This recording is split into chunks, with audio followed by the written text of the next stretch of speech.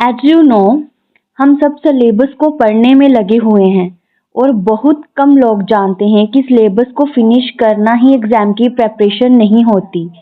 खुद को एनालाइज करना बहुत ज़रूरी होता है। सबसे अच्छा तरीका पढ़ने का यही होता है कि हमने जो टॉपिक पढ़ा है उसके प्रीवियस ईयर क्वेश्चंस लगाएं। ओके, तो hello everyone, welcome back to the channel Mehra mastery classes. In this video हम करेंगे प्रीवियस ईयर क्वेश्चन आंसर जो हम इंडियन पॉलिटी सीरीज कर रहे थे। मैंने आपको फर्स्ट लेक्चर सेकंड वीडियो में करवाया था, फर्स्ट वीडियो और सेकंड वीडियो। ठीक है, फर्स्ट वीडियो में हमने क्या किया था? बेसिक ऑफ द कॉन्स्टिट्यूशन की डेफिनेशन के बारे में पढ़ा था और उसके बेसिक के बारे में पढ़ा था। देन हमने लेक्चर सेकंड में क्या किया था? हमने किया था टाइप ऑफ द कॉन्स्टिट्यूशन पढ़ा था। ठीक है, तो हम इस वीडियो में टॉपिक वाइज फर्स्ट लेक्चर और सेकंड लेक्चर की हम प्रीवियस ईयर क्वेश्चन आंसर करेंगे। ठीक है, तो चलिए स्टार्ट करते हैं।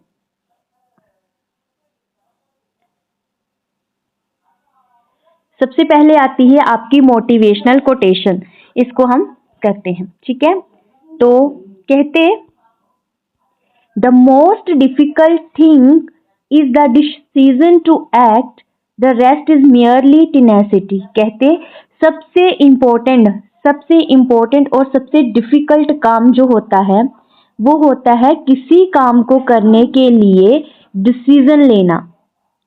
अगर आप किसी काम को करने का डिसीजन ले लेते हैं तो रेस्ट इज मियरली टेनासिटी, जो बाकी का काम है वो आपके लिए इजी होता रहता है, वो प्रोसीजर आपके लिए इजी हो जाता है।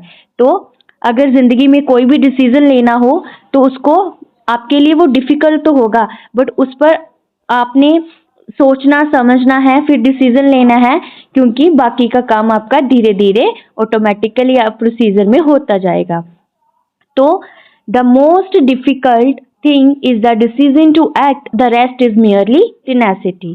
तो ये आपकी थी आज की मोटिवेशनल कोटेशन। तो चलिए हम प्रीवियस ईयर क्वेश्चन आंसर को करना स्टार्ट करते हैं। हमारा टॉपिक है इंडियन कॉन्स्टिट्यूशन का टॉपिक हम करेंगे previous year question topic wise. Okay, तो फर्स्ट हमारा क्वेश्चन है, सबसे पहले क्वेश्चन है हमारा, who is the architect of Indian constitution. Architect कौन होता है? जो बिल्डिंग्स को बनाता है। आर्किटेक्ट कौन होता है? जो बिल्डिंग्स को बनाता है। उसी तरह हमारे इंडियन कॉन्स्टिट्यूशन को भी बनाने वाला कौन था? वो थे डॉक्टर BR अम्बेडकर। ठीक है, तो आपका ऑप्शन आ गया C, doctor BR Ambedkar. How many types Indian constitution amended at present. कहते कि अभी रिसेंटली इंडियन कॉन्स्टिट्यूशन कितनी बार अमेंड किया जा चुका है। ठीक है, कितनी बार अमेंड किया जा चुका है? 100 टाइम, 200 टाइम, 104 टाइम, 106 टाइम। तो आपका सही आंसर है 106 टाइम। ओके, तो चलिए नेक्स्ट चलते हैं। नेक्स्ट क्वेश्चन आपका है आंसर। ठीक है, मैंने आपके आंसर भी लगा दिए हैं।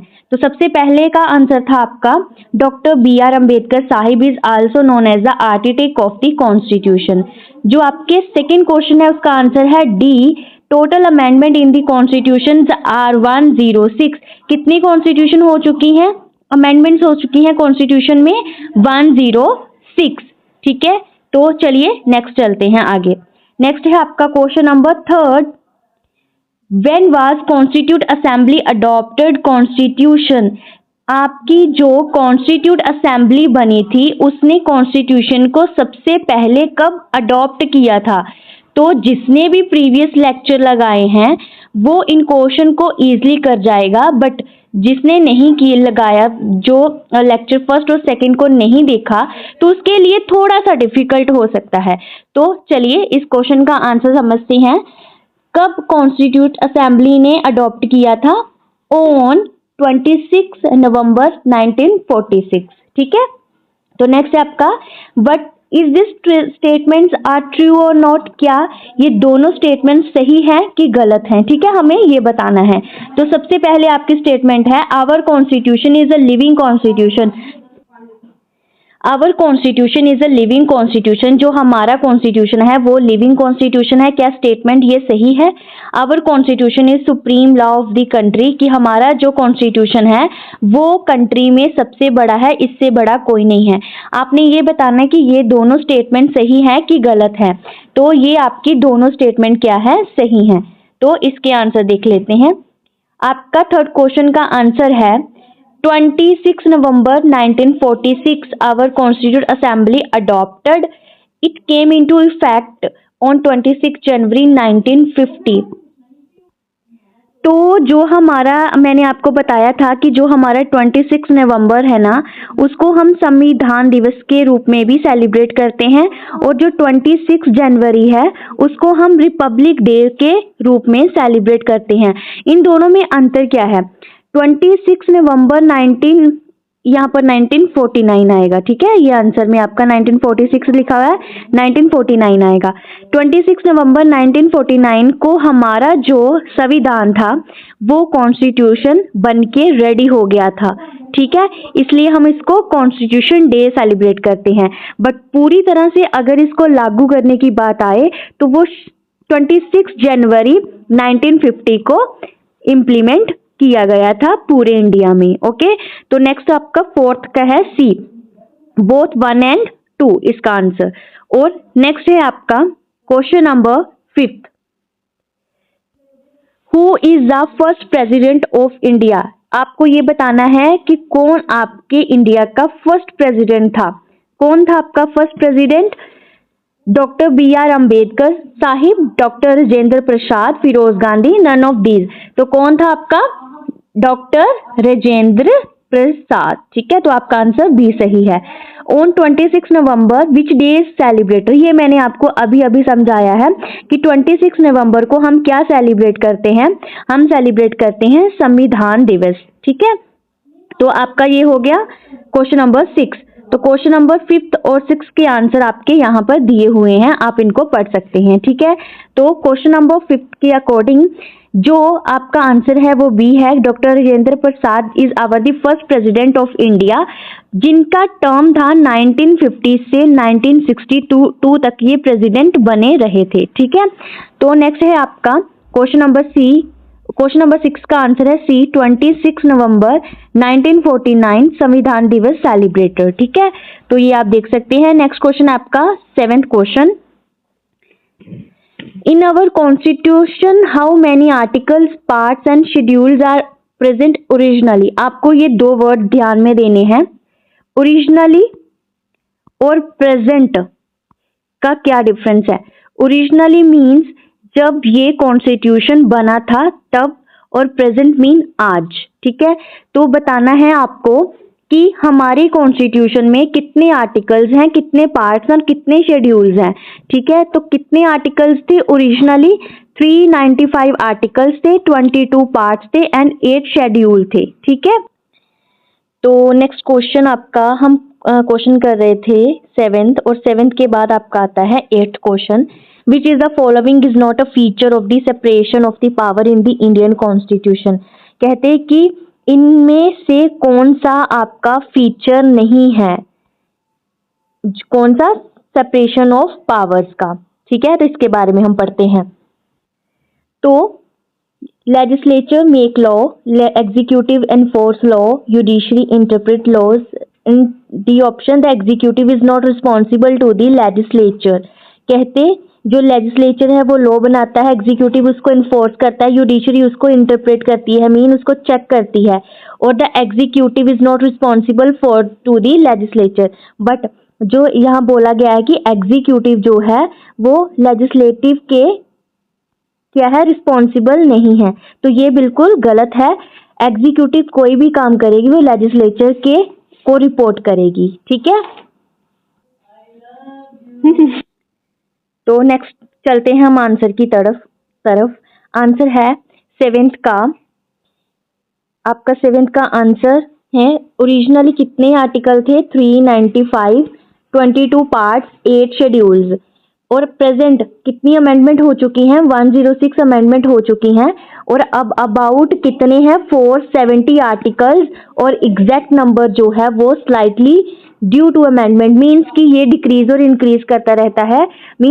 अगर आप अप्रोक्सीमेटली लेके चलें तो 470 इसके क्या है आर्टिकल्स हैं, ठीक है। और 25 पार्ट्स हैं और 12 शेड्यूल्स हैं एट प्रेजेंट। और जब आप ओरिजिनली की बात करें तो ओरिजिनली कितने हैं 395 आर्टिकल, 22 पार्ट्स, 8 शेड्यूल्स।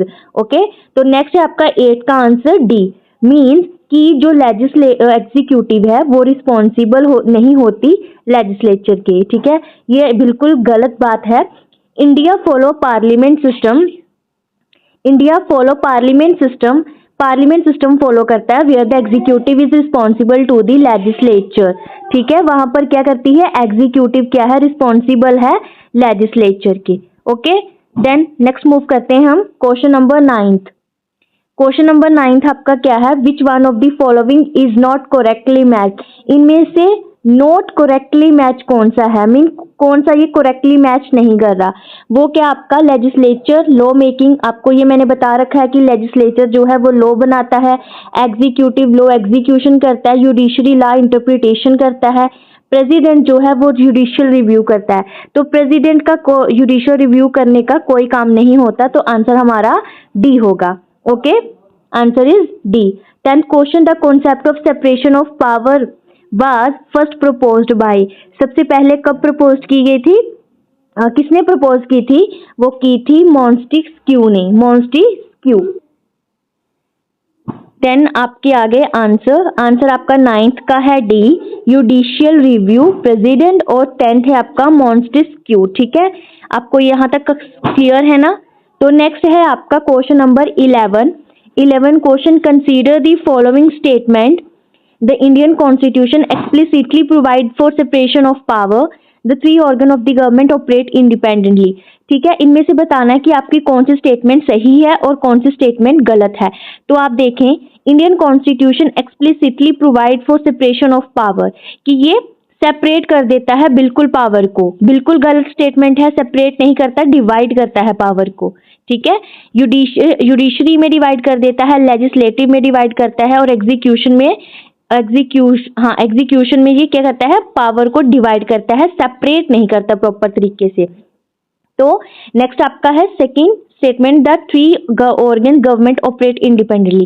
क्या ये अलग अलग काम करते हैं, मीन्स कि आपको मैं समझाऊं कि जो आपका लेजिस्लेचर है वो लॉज बनाता है, जो एग्जीक्यूटिव है वो इम्प्लीमेंट करता है लॉज को, और जो आपका जुडिशरी है वो इंटरप्रेट करती है। तो क्या ये अलग अलग काम करते हैं, नहीं, ये एक दूसरे से कनेक्टेड है। तो इसी वजह से हमारी ये स्टेटमेंट क्या हो जाती है, दोनों ही गलत हो जाती है, नाइदर 1 नाइदर 2। तो नेक्स्ट मूव करते हैं नेक्स्ट क्वेश्चन की तरफ। आंसर आपका 11th, neither 1 nor 2।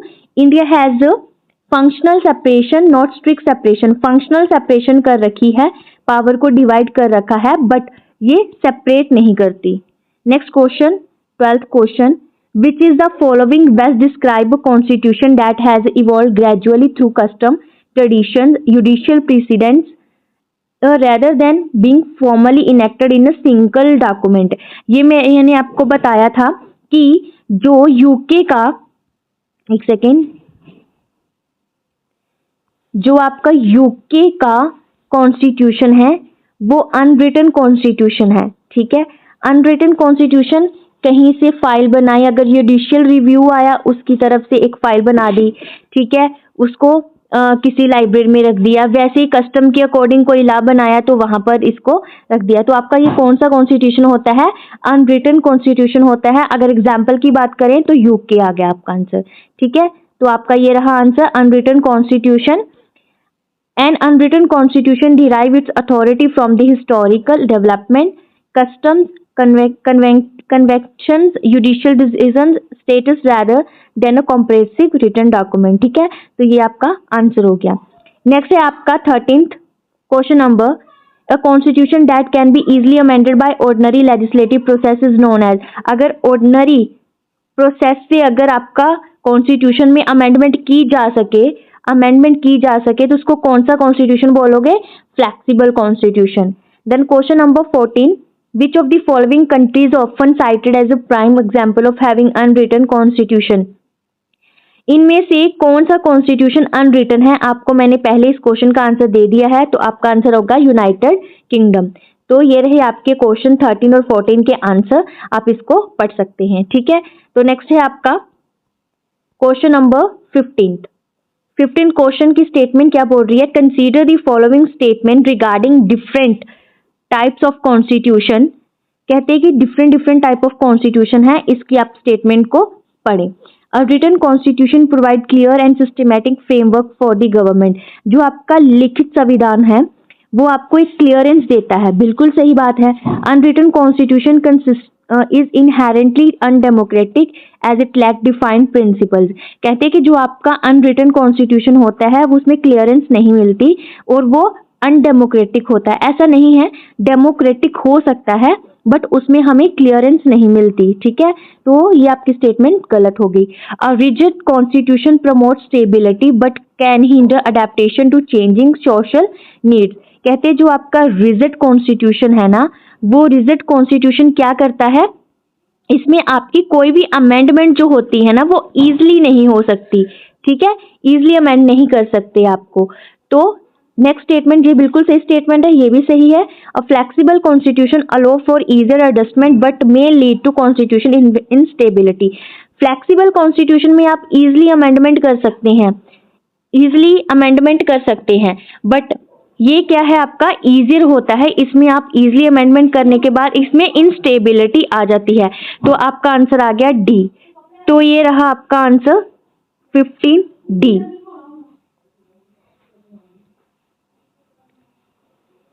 Statement first correct, statement 2 incorrect, statement 3 correct, statement 4 correct, ठीक है। तो नेक्स्ट क्वेश्चन है आपका question number 16। Question number 16, which organ of the government is primary responsible for the formulation of enactment of law. Mean कि कौन formulate करता है law को और कौन इनेक्ट करता है, तो वो आपकी है लेजिस्लेचर। ओके, आपका answer C. The principle of separation of power advocate. Principle जो आपका सेपरेशन ऑफ पावर है वो आपको क्या बताता है?